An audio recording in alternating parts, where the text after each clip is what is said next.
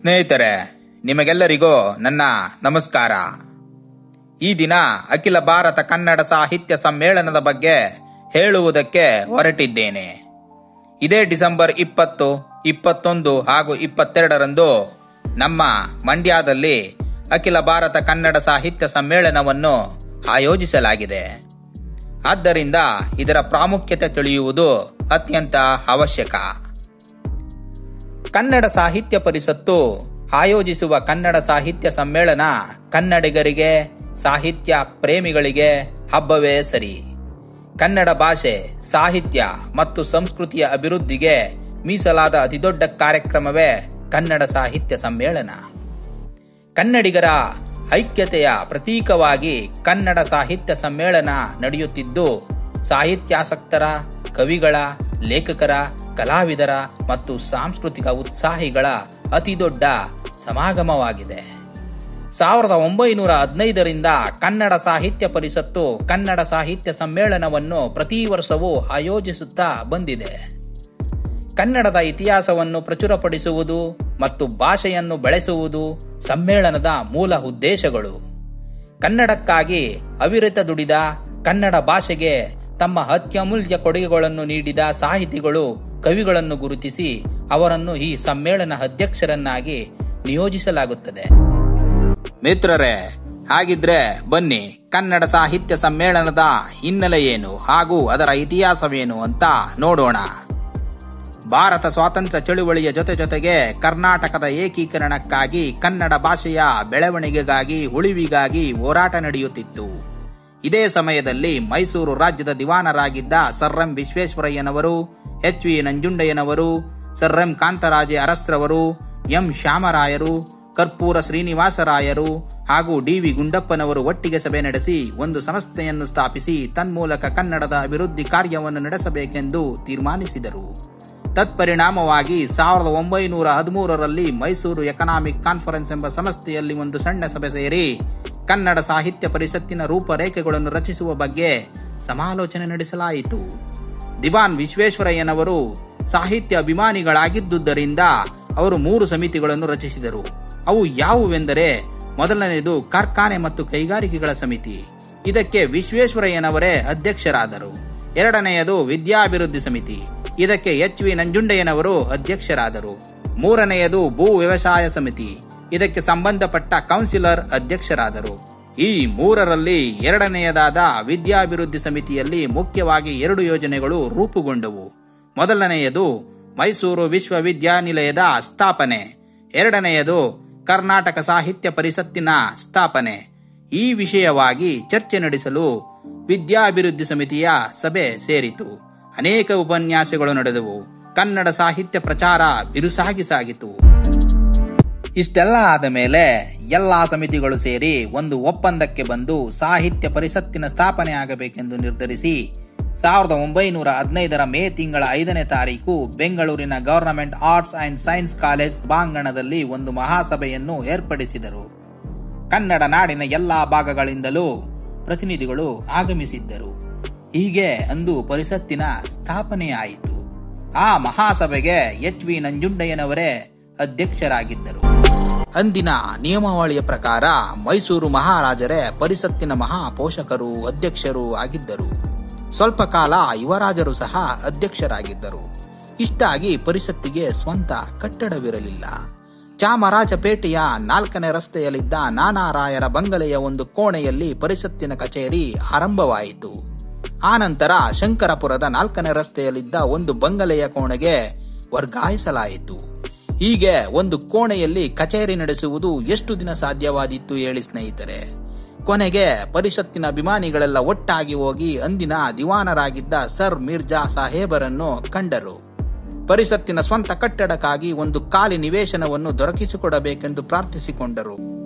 ಕನ್ನಡ ಅಭಿಮಾನಿಗಳಾಗಿದ್ದ ದಿವಾನರು ತಕ್ಷಣವೇ ಒಂದು ನಿವೇಶನವನ್ನು ಕೊಡಿಸಿದರು. ಆ ಜಾಗದಲ್ಲಿಯೇ ಇಂದು ಪರಿಷತ್ತಿನ ಭವ್ಯ ಕಟ್ಟಡ ಶೋಭಿಸುತ್ತಿದೆ.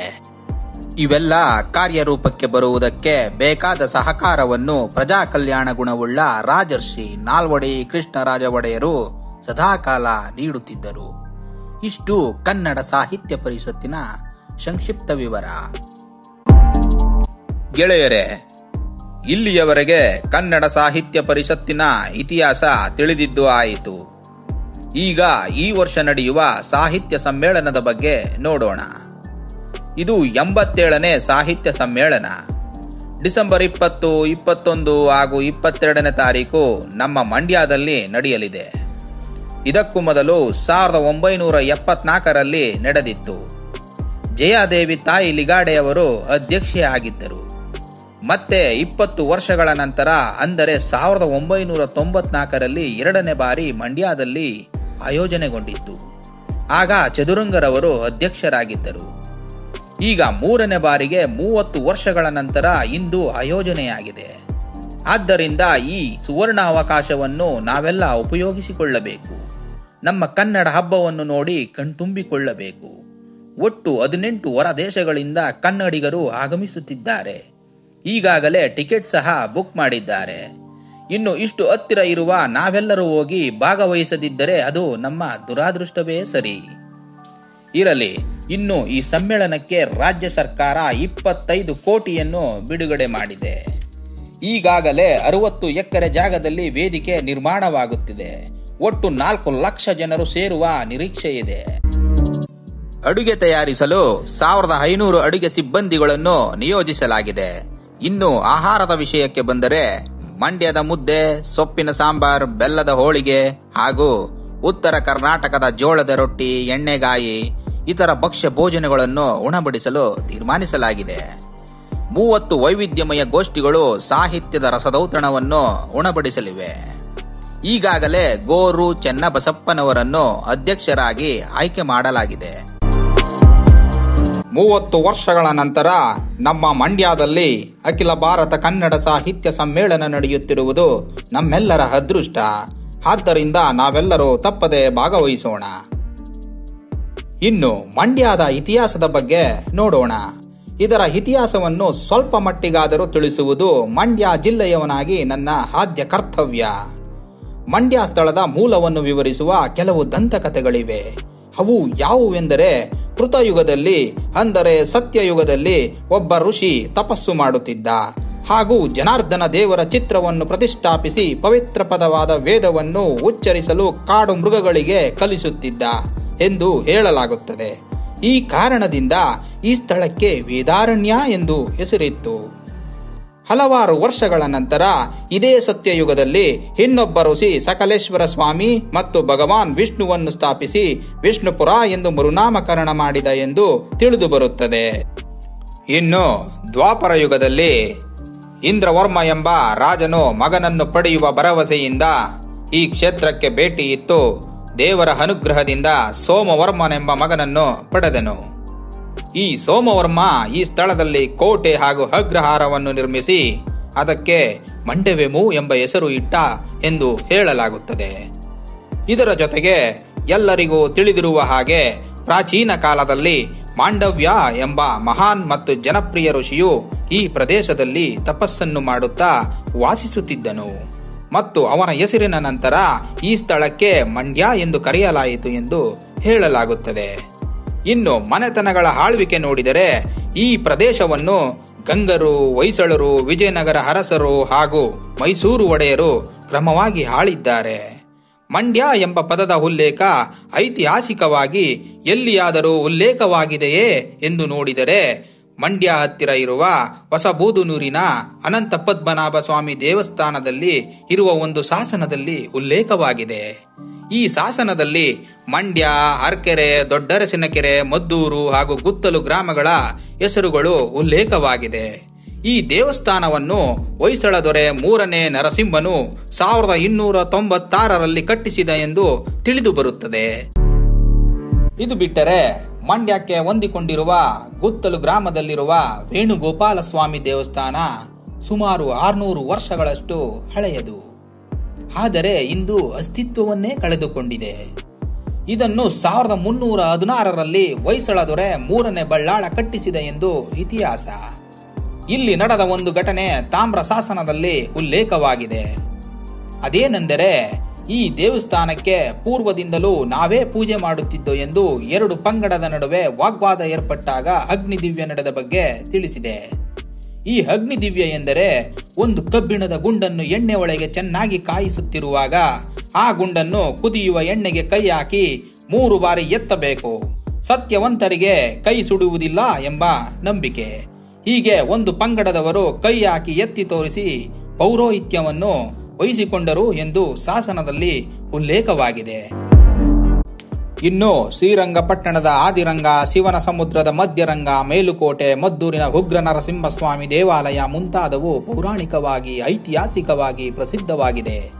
ಇವೆಲ್ಲದರ ಬಗ್ಗೆ ಮುಂದಿನ ದಿನಗಳಲ್ಲಿ ತಿಳಿಯೋಣ. ಗೆಳೆಯರೇ, ನೋಡಿದ್ರಲ್ಲ ಮಂಡ್ಯದ ಸಂಕ್ಷಿಪ್ತ ಇತಿಹಾಸವನ್ನು.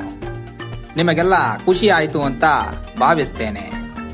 ಅದು ಏನೇ ಇರಲಿ ಸ್ನೇಹಿತರೆ, ಇಂದು ನಮ್ಮ ಮಂಡ್ಯ ಎಂದ ತಕ್ಷಣ ಏನೋ ಮಿಂಚಿನ ಸಂಚಾರವಾದಂತೆ, ಶಕ್ತಿಯಂತೆ ಭಾಸವಾಗುತ್ತದೆ. ನಮ್ಮ ಪೂರ್ವಿಕರ ಪುಣ್ಯದ ಫಲವೋ ಅಥವಾ ಯಾರ ತಪಸ್ಸಿನ ಫಲವೋ ಇಂದು ನಮ್ಮ ಮಂಡ್ಯ ಸುಭಿಕ್ಷವಾಗಿ ಹಚ್ಚ ಹಸಿರಾಗಿ ಕಂಗೊಳಿಸುತ್ತಿದೆ. ಇದಕ್ಕೆಲ್ಲ ಕಾರಣ ನಮ್ಮ ಕಾವೇರಮ್ಮ. ಈ ಹಸಿರು, ದನ, ಧಾನ್ಯ, ನಾವು ತಿನ್ನೋ ಅನ್ನ ಕಾವೇರಿ ತಾಯಿ ಪಾದಾತಲ ಕೊಟ್ಟ ದಾನ, ಮಹಾನ್ ದಾನ. ನಾಲ್ವಡಿ ಕೃಷ್ಣರಾಜ ಒಡೆಯರ ಪ್ರಜಾ ಕಲ್ಯಾಣದ ಗುಣ, ವಿಶ್ವೇಶ್ವರಯ್ಯನವರ ಶ್ರಮ, ಇಂದಿನ ಅಕ್ಕರೆಯ ಸಕ್ಕರೆಯ ಮಂಡ್ಯ, ಹಚ್ಚ ಹಸರಿನ ಮಂಡ್ಯ, ಸಿಹಿ ಬೆಲ್ಲದ ಮಂಡ್ಯ. ನಾವೆಲ್ಲರೂ ಅವರಿಗೆ ಚಿರಋಣಿಗಳಾಗಿರಬೇಕು. ಅಂದು ಅವರು ಕಟ್ಟಿದ KRS ಅಣೆಕಟ್ಟು ಇಂದು ಕೋಟ್ಯಾಂತರ ಜನರಿಗೆ ಜೀವ ಜಲವಾಗಿದೆ. ಇಲ್ಲಿ ಹರಿಯುತ್ತಿರುವ ನಾಲೆಯಲ್ಲಿನ ನೀರು, ಕೆರೆ ಕಟ್ಟೆಗಳು, ಸಣ್ಣ ಕಾಲುವೆಗಳು ಲಕ್ಷ ಲಕ್ಷ ಎಕರೆ ಜಮೀನುಗಳಿಗೆ ನೀರುಣಿಸುತ್ತಿವೆ.